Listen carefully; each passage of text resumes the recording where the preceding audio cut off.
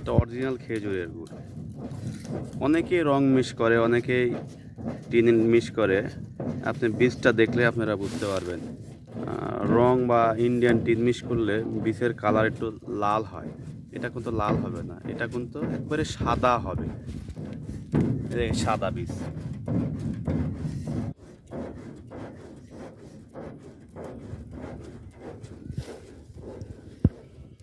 আপনারা যে পাতাগুলো দেখছেন, এই পাতাগুলো কিন্তু গুড়কে স্যান্ড করার জন্য দেওয়া হয়েছে।